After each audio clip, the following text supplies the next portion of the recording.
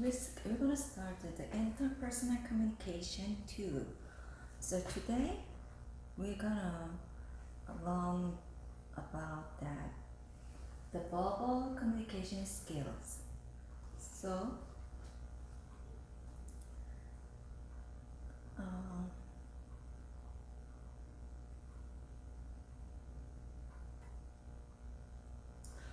the learning of that is that like that you can describe how words creating meaning. You can identify how words influence our perception, thoughts, actions, and culture relationship. You can identify and describe word barriers that lead to misunderstandings. You can use words to provide support and comfort and to avoid defensiveness. You can use words to have a conversation with others. You can use words to offer an apologize when appropriate. So today we're gonna learning about how words work and the power of words. Okay.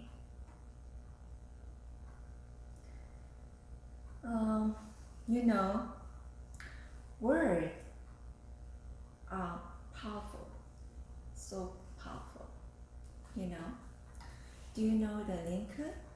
Lincoln set the course for a nation in a 267 words speech. You know that the famous the Gettysburg Address.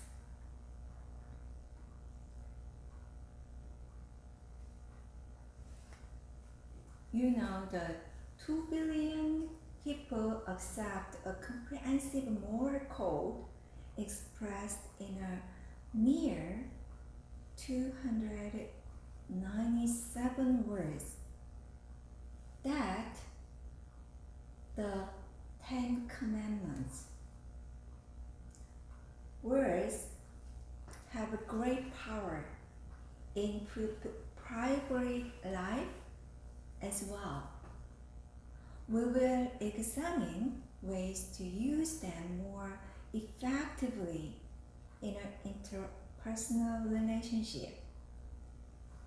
We'll investigate how to harness the power of words to affect emotions, thoughts, and action. And we will describe links between language and culture. We will also identify communication barriers that may keep you from using words effectively and note strategy and skillful managing those barriers.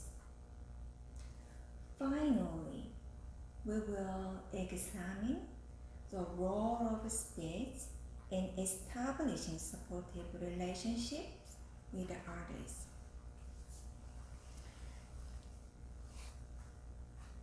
The quality of our verbal communication message predicts how satisfied we are in our romantic relationships. And it's not only through the face-to-face conversation that verbal message influence our relationship with others. Like many people, you probably relate to others via text, email, Facebook, and other electronic means. Being other-oriented online is just as important as when communicating face-to-face, maybe even more so because many online messages may exist for many years. Verbal message is so powerful. Keep more important ideas in mind. You are not in charge of meaning, rather derived from your message. One more. You are not in charge of meaning, others derive from your message. This is words don't have meaning. People create meaning. Words don't have meaning. People create meaning.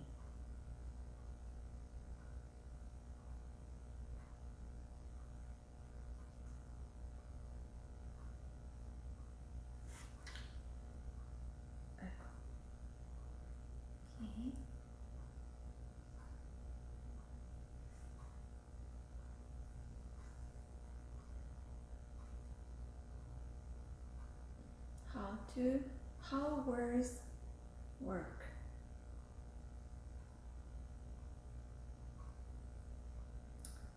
Okay. How words work. Although several theories attempted to explain how people learn language and ascribe a meaning to both printed and authored words, there is no single universally help view that neatly explains this mystery. Words are simple. So, words are simple.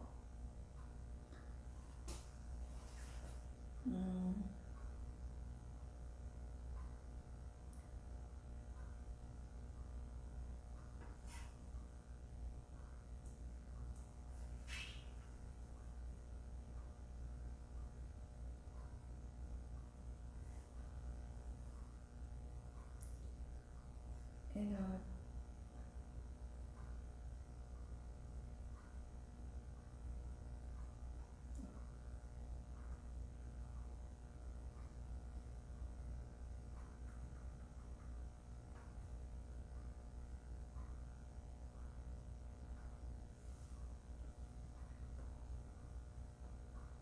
sorry about that.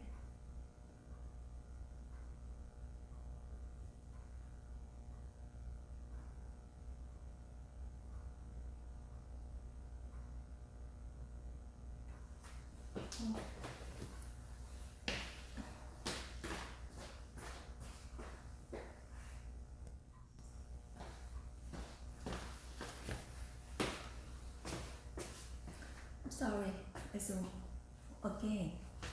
So how words work. Although several theories attempted to explain how people learn language and ascribe meaning to both printed and altered words, there is no single universally held view that neatly explains this mystery. Words are simple. Words are simple. Simple means there's a word, right? There's a word, sound, and visual images that represented something else, such as a thought, concept, or object.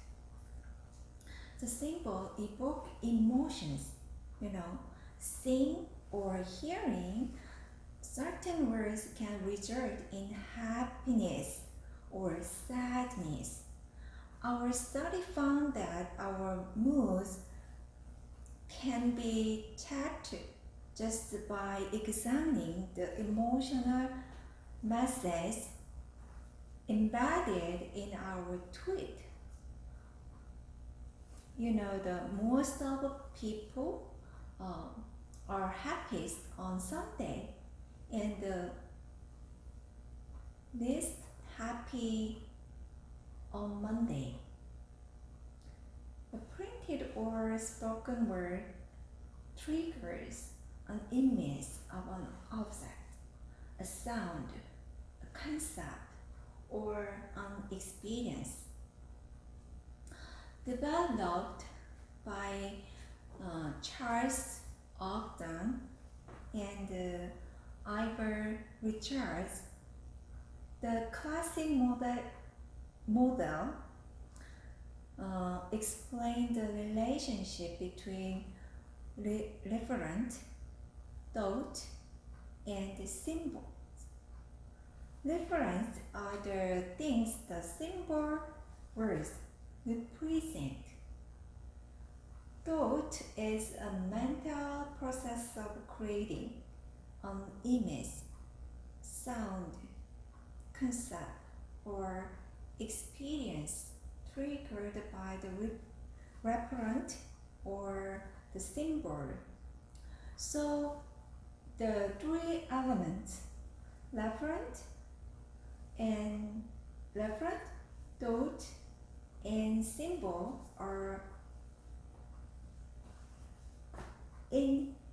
inextricably linked.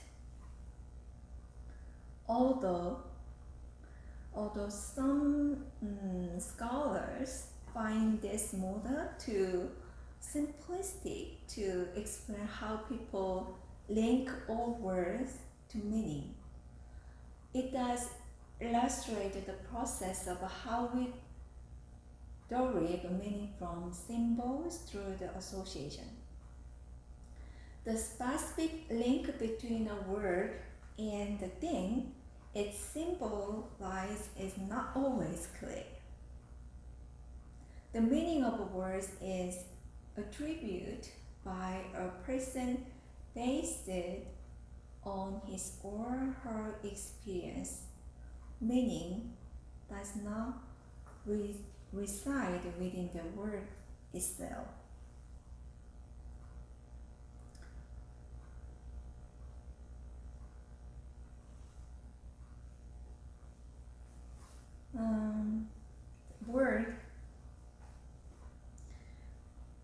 Words are denotative and connotative.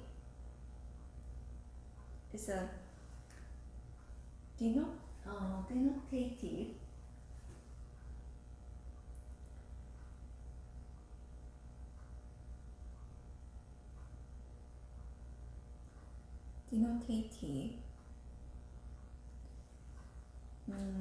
words are denotative and connotative. The language creates meaning on two levels, the denotative and connotative. The denotative means of a word create content. It is the word's restrictive or literal meaning. For example, do you know word school? School, an organization that provide instruction, an institution for the teaching of children, college, university. That's denotative.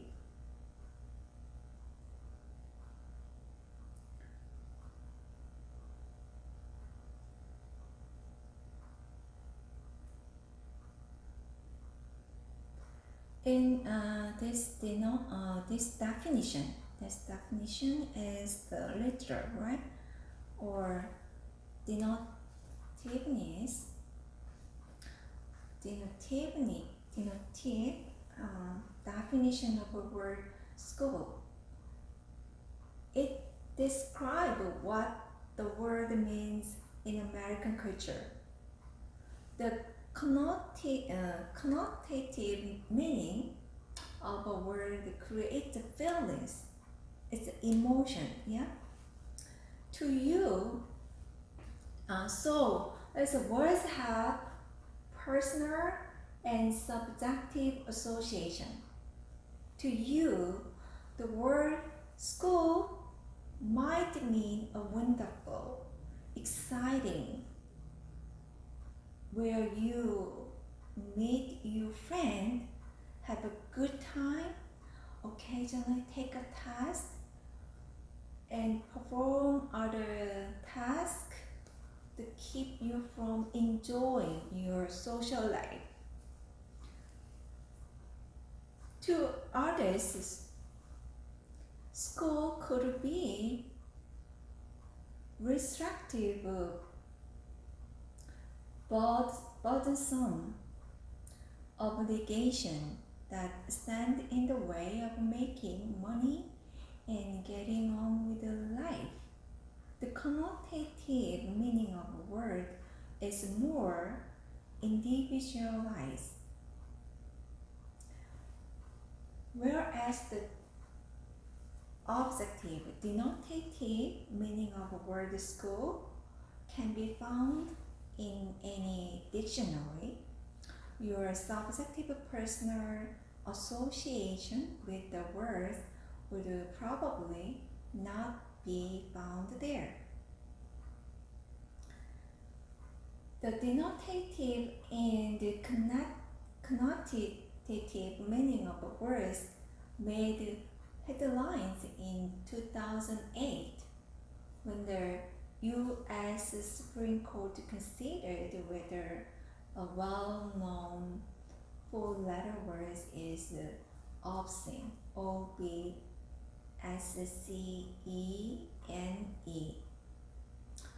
If it is used connotatively rather than denotatively, the Federal Communication Commission doesn't permit the word to be used on public airway.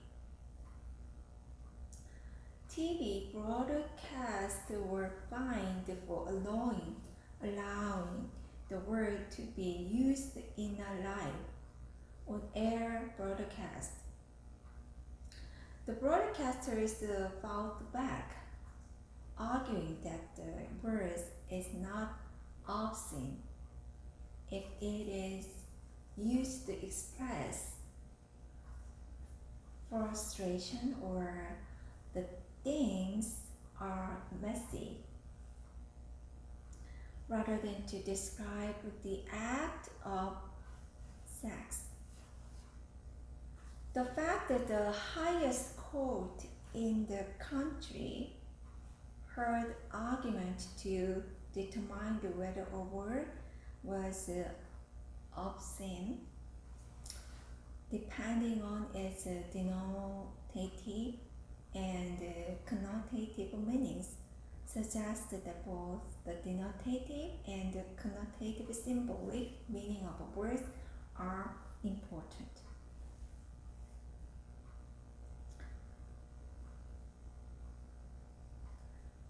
Words are concrete and abstract.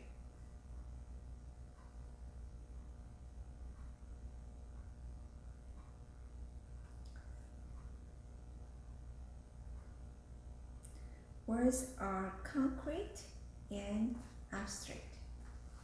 As words can be placed along continuum from concrete to abstract. People call a word concrete if their experience is referent with one of their sense. If you can see, touch, smell, taste, or hear a word's referent, then the word is concrete. If you cannot do these things with the referent, then the word is abstract. You can visualize the continuum from concrete to abstract as a letter. So the meaning to concrete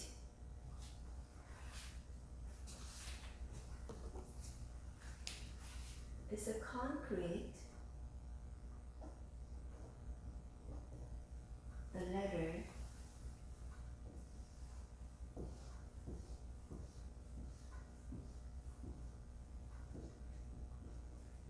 abstract.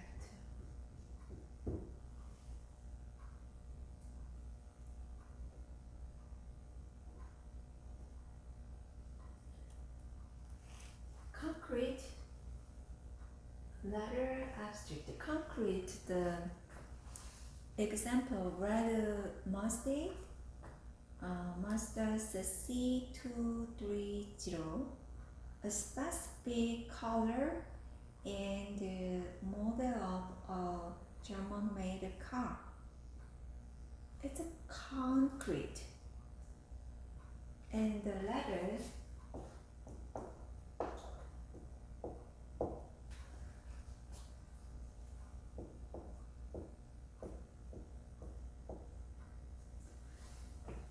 and Mercedes, a type of German car. Mercedes, type of German car. The letter is a German car. German car. The letter is a car. It's a vehicle and abstract transportation. The transportation means the means of conveying someone from one place to another. That is abstract, and from concrete to abstract, just the letter of abstraction. Another things, many words are arbitrary.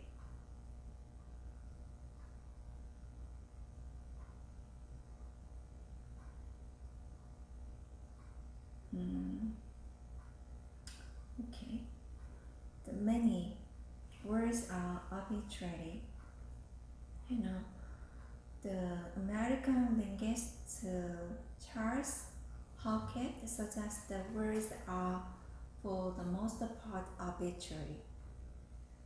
The words dog, for example, does not look like a dog or sound like a dog, but there is a clear connection in your mind between your pet food and the symbol dog.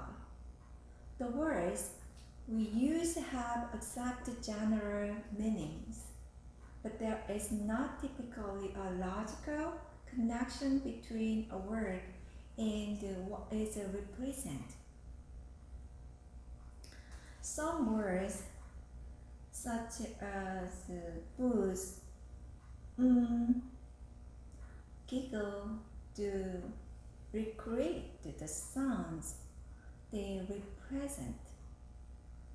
The words that, when propounded, sound like even, event, or thing, they are signifying a called a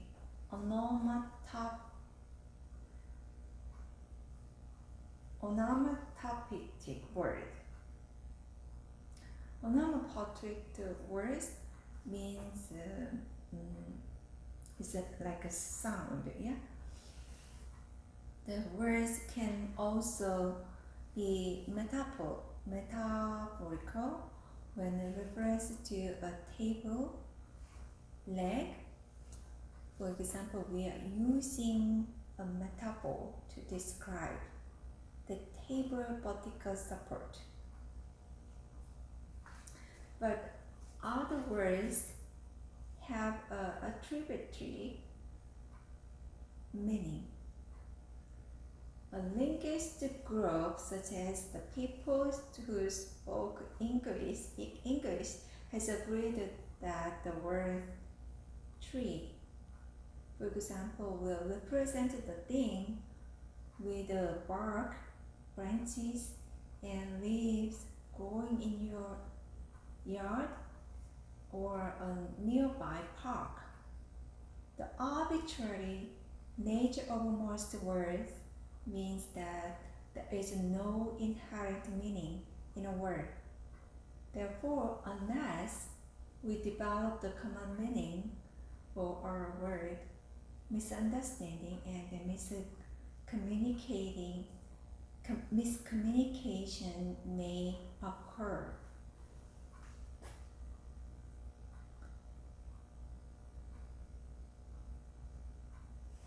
You know that the words are culture bound. Culture consists of the rules, norms, and value of a group of people, which have been learned and shaped by successive generations.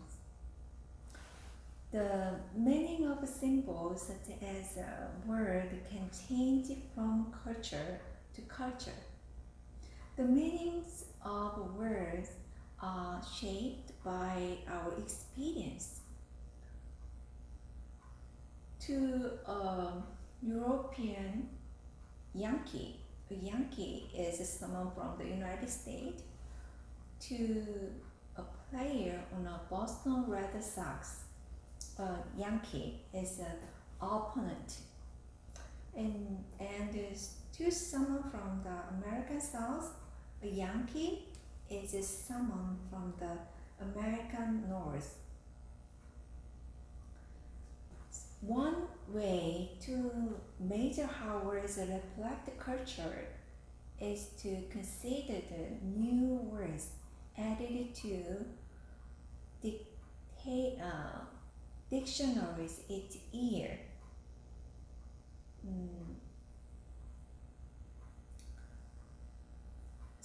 The study of words and meaning is called semantics. It's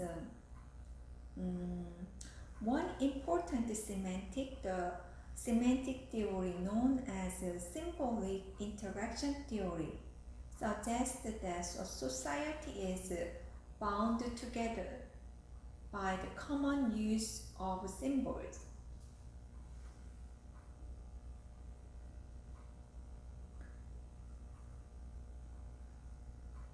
So developed this theory as a way of making sense out of how society and linked together.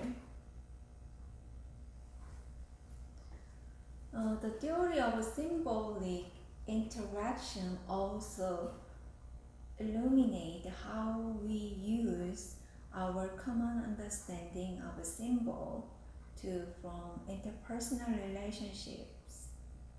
Common symbol foster links in understanding and therefore lead to satisfied relationship. Of course, even within a given culture, people misunderstand each other's message. But the more similar two cultures are, the greater the chance for communication partners to have a meeting of meaning.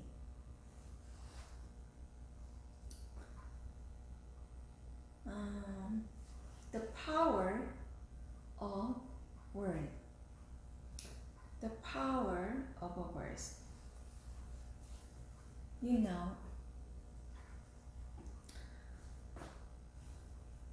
word is so powerful.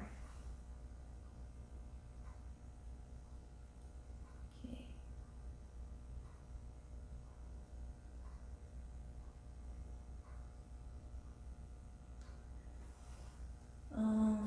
Words have a power.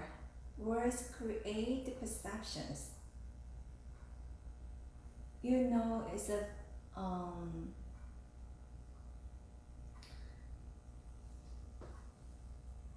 to name is to call into existence, to call out of nothingness.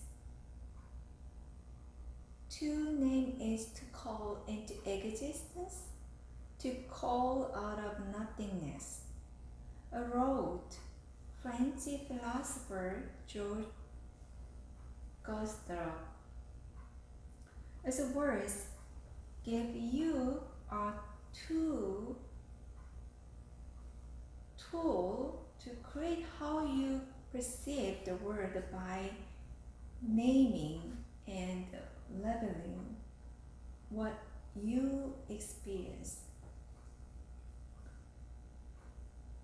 You undoubtedly learned in your elementary science class that Sir Isaac Newton discovered gravity. It would be more accurate to say that he labeling gravity rather than discovered it. His use of word gravity gave us a cognitive category. We can now converse about the pull of Earth's force that keeps us from flying into space. Words give us the symbolic vehicles to communicate our creations and discoveries to others. You create your self-worth largely with your self-talk and the labels you apply to yourself. Psychologist Albert Ellis believes that you also create your mood and emotional state with the words you use to label your feelings. Although emotions may sometimes seem to wash, you use the label wash over you like ocean waves. There is evidence that you have the ability to control your emotions through your ability to control what you think, as well as the choice, the words you use to describe your feeling.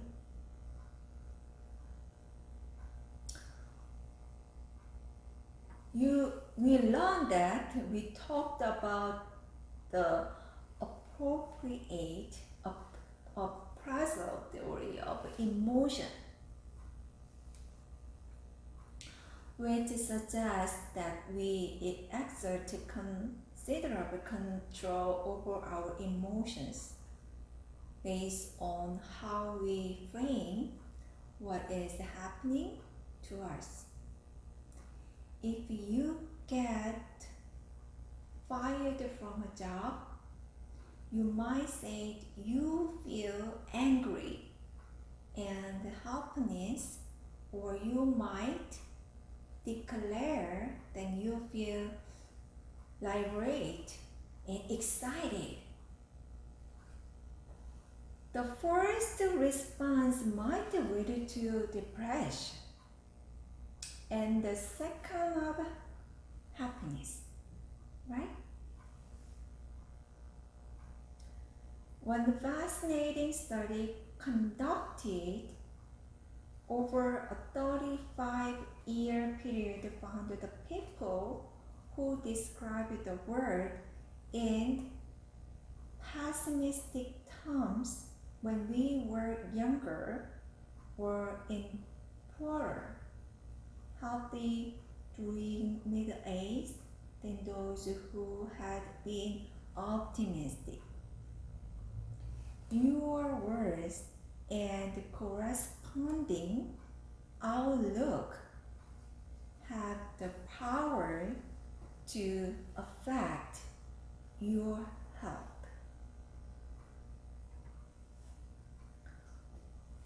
Words influence thought. Words influence thought. If someone say, "Don't think about pink elephant," it's hard not to think about the pink elephant, because just thinking about the words pink elephant more than likely triggers an image of a pink kingdom. Words and thoughts are inextricably linked. We are what we think. All that we are arise with our thoughts. With our thoughts, we make the world. These words attribute to the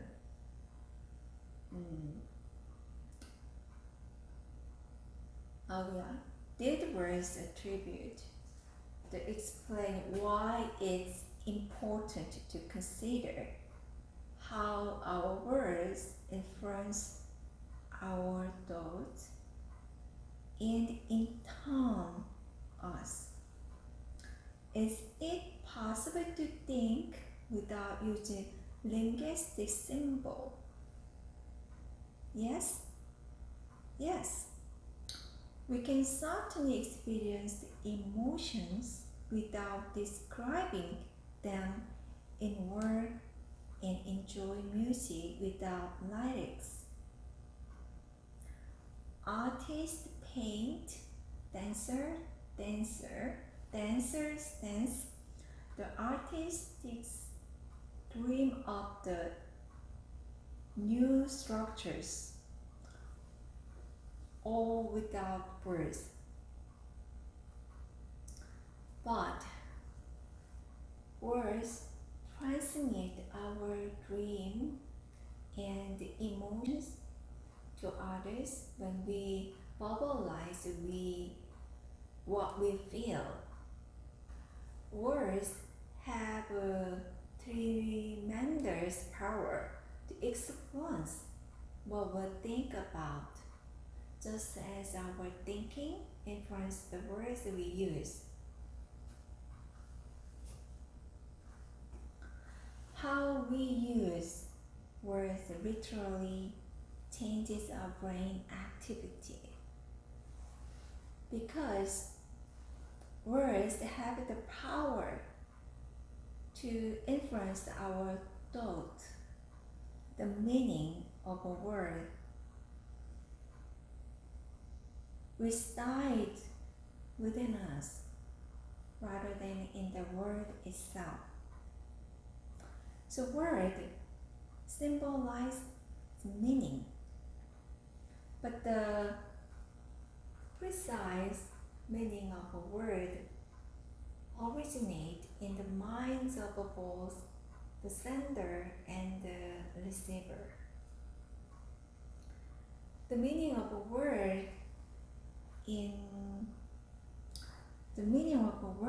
is not static. It's not static. It evolves as a conversation evolves. Your meanings for word and phrase change as you gain additional experience and have a new thought about the words you use. Word influence action. Words influence action.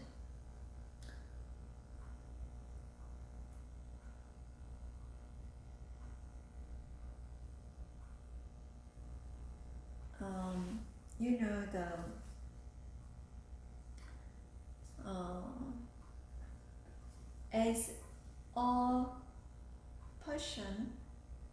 as a person thinks, so is he or she.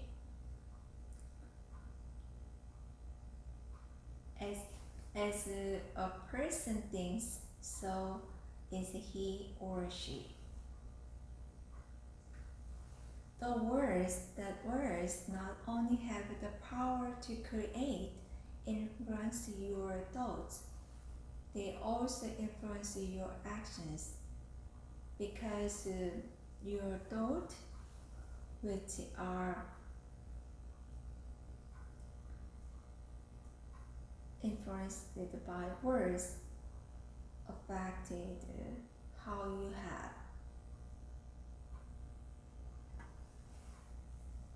Research suggests that the way we use language can communicate the amount of power we have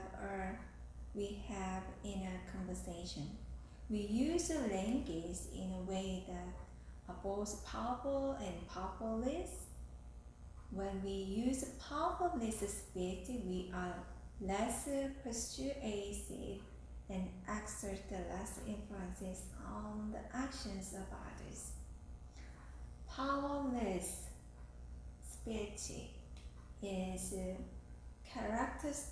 characterized by more frequent use of pause, which make me feel like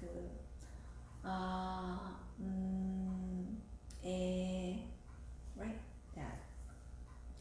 We also express our lack of power by using more hesitation and unnecessary verbal fillers like I mean, like that. We communicate our low power when we has our conclusion by saying I guess and sort of. Another way of communicating a lack of power is by tacking on a question at the end of a statement, such as I'm bright, aren't I? Or this is what I think, okay? So, the very way you speak can influence the thoughts and action of others. Words reflect the culture. Excuse me. Words affect and reflect culture.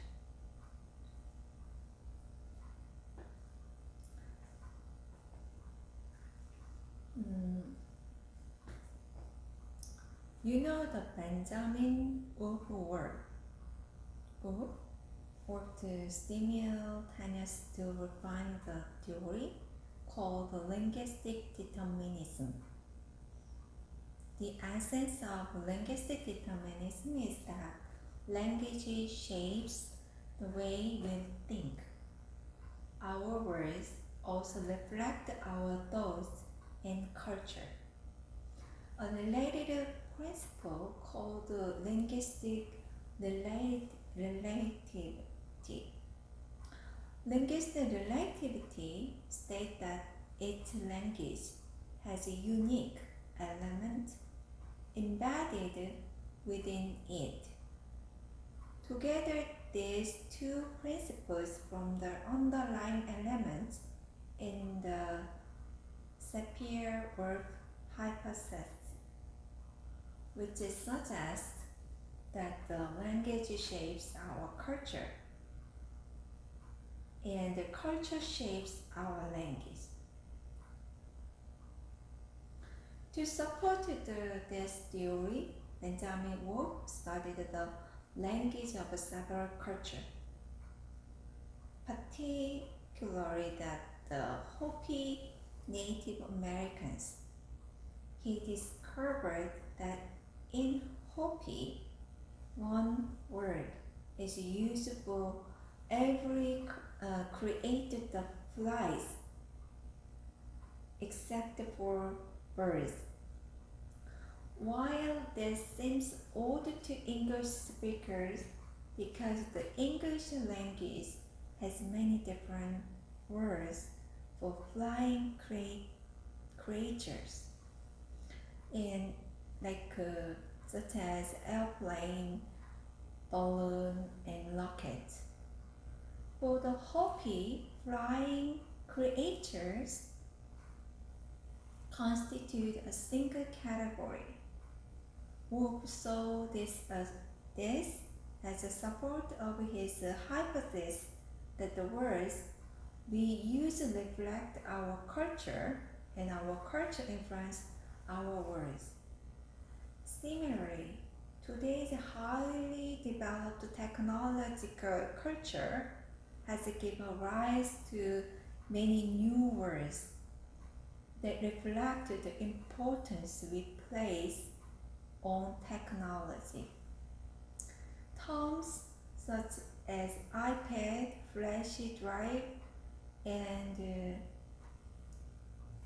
gigabyte was not part of your grandparents' language. They don't.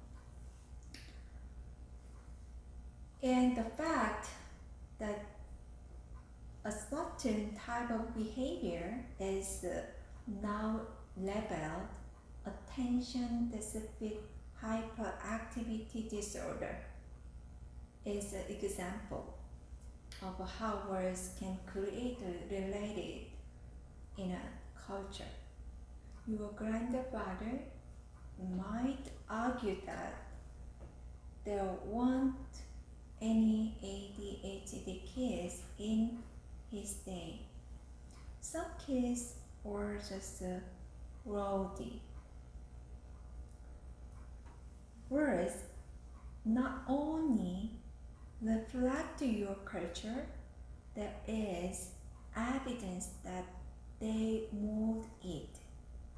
When Wendell Johnson, a speech therapist, noticed that very few Native Americans in a certain tribe started, he also found that their language had no word for stuttering.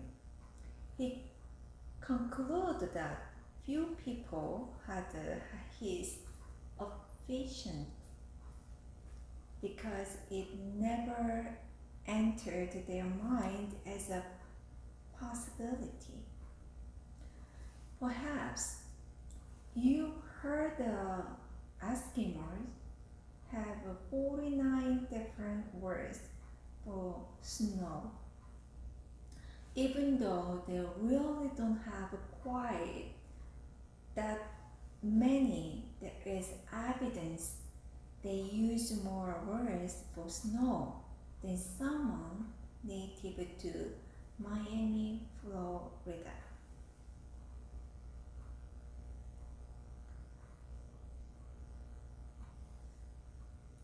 The words people use affect their worldview. how they interpret what they experience.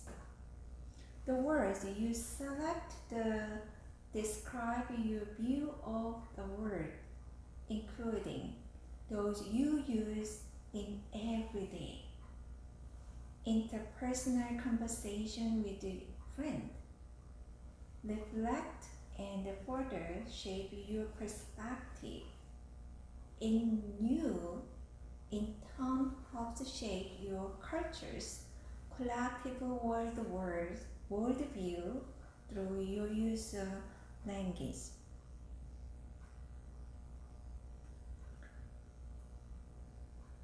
Make. Words make and break relationship. Okay.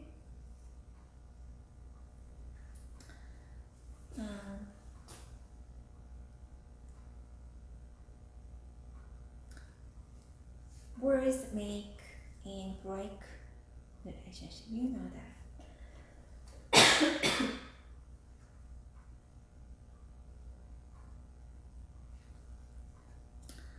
And clues to our relationships are found in our word choice. Interpersonal communication researcher Steve Dock suggested that we literally talk a relationship into being. And what do we talk about?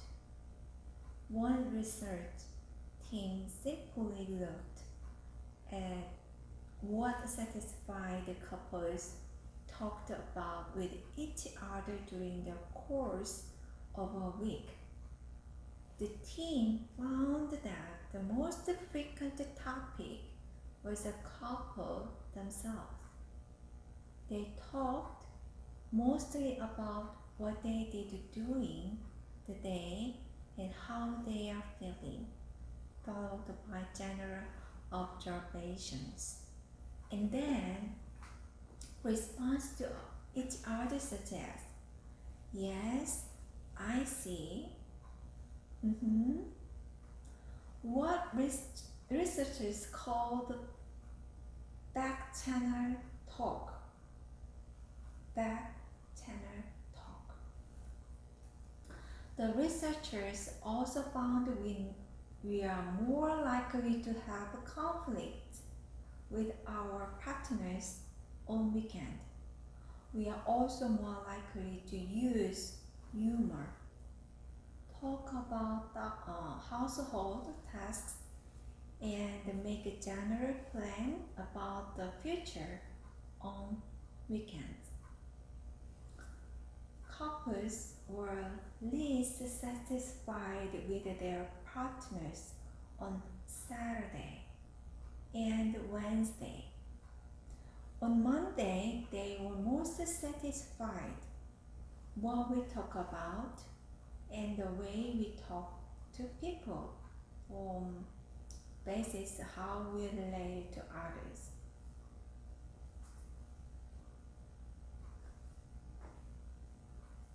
It's through our verbal message that we explicitly let others know we are interested in developing a relationship with them.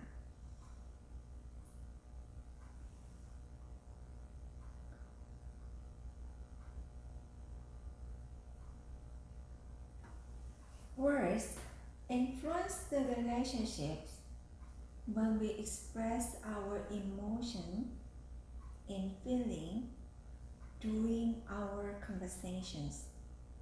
Telling someone I feel sad, I feel frustrated has obvious effect on a relationship with that person. Although emotions are primarily communicated via nonverbal message. Okay? Vocal cues and facial expressions communication researchers Christine Byron says that even our email message communicate considerable emotional content. Another researchers found that couples participating in a 4-minute speed dating session were 3 times more likely to date each other if they used more personal pronouns. I, me, my. The articles, the preposition for on, conjunction dot, and are the short words. We process this kind of word quickly and easily, and they are also used in relationship in which we feel comfortable. And it's not only romantic partners who use words to express affection. Our words also reveal the amount of affection we have toward family members. Did you ever wonder of a grandma liked you best? If grandma liked you best?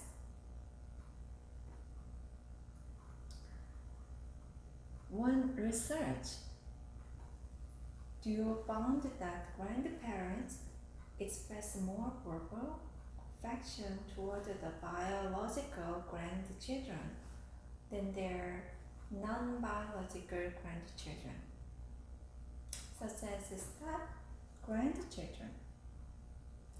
We may think we are being equally positive in what we say to friends and family members, but our declarations of affection and the specific words we use tell the true story.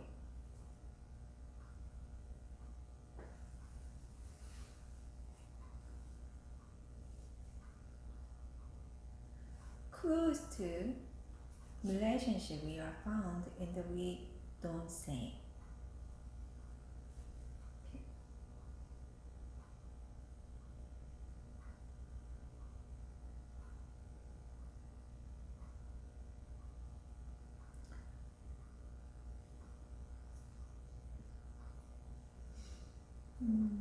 Okay.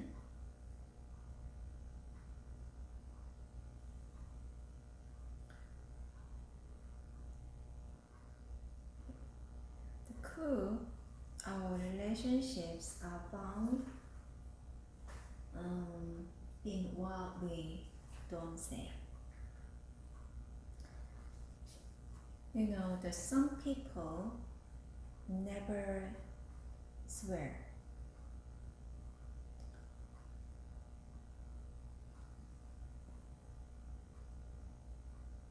Sorry.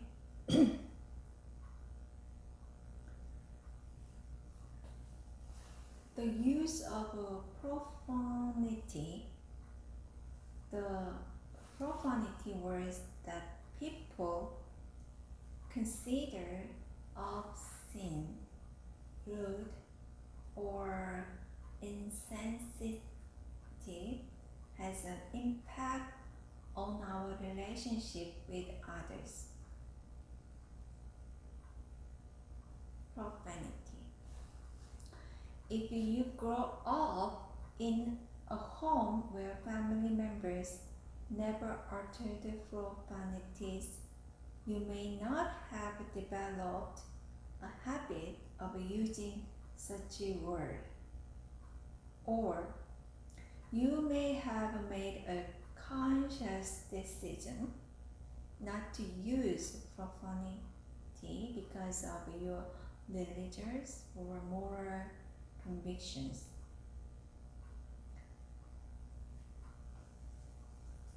But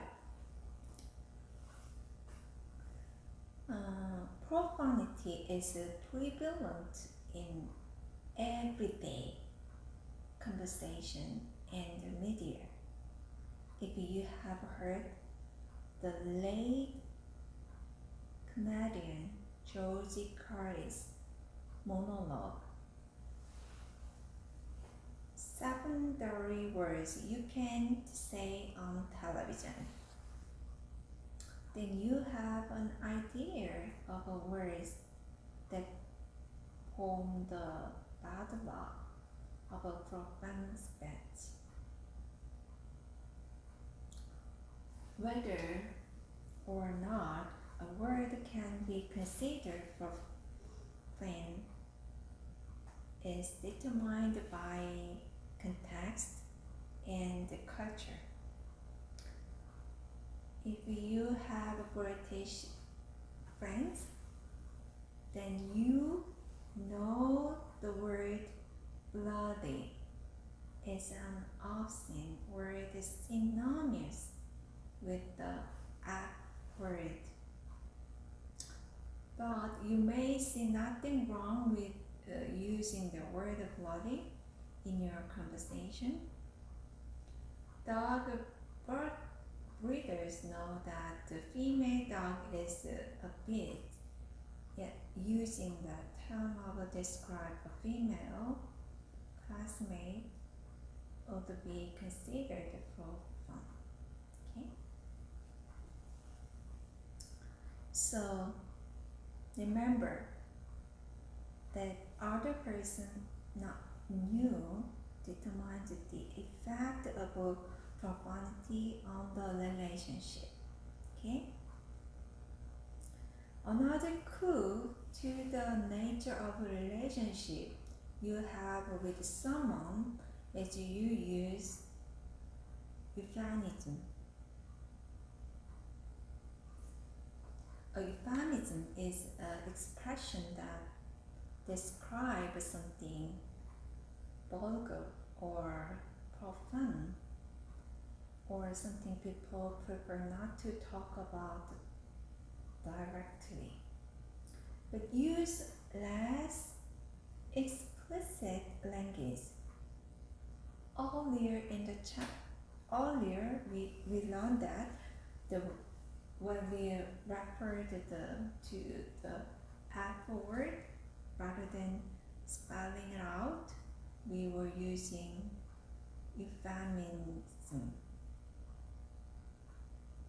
Not using euphemism, but more directly and explicitly describing your thoughts and feeling, provide the relationship cues that you trust the other person to accept your bond language.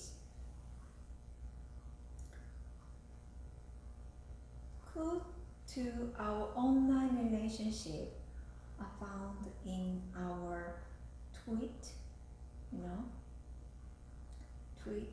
Facebook or Instagram. Okay? So next time we're gonna learn to how to manage misunderstanding. Okay, thank you.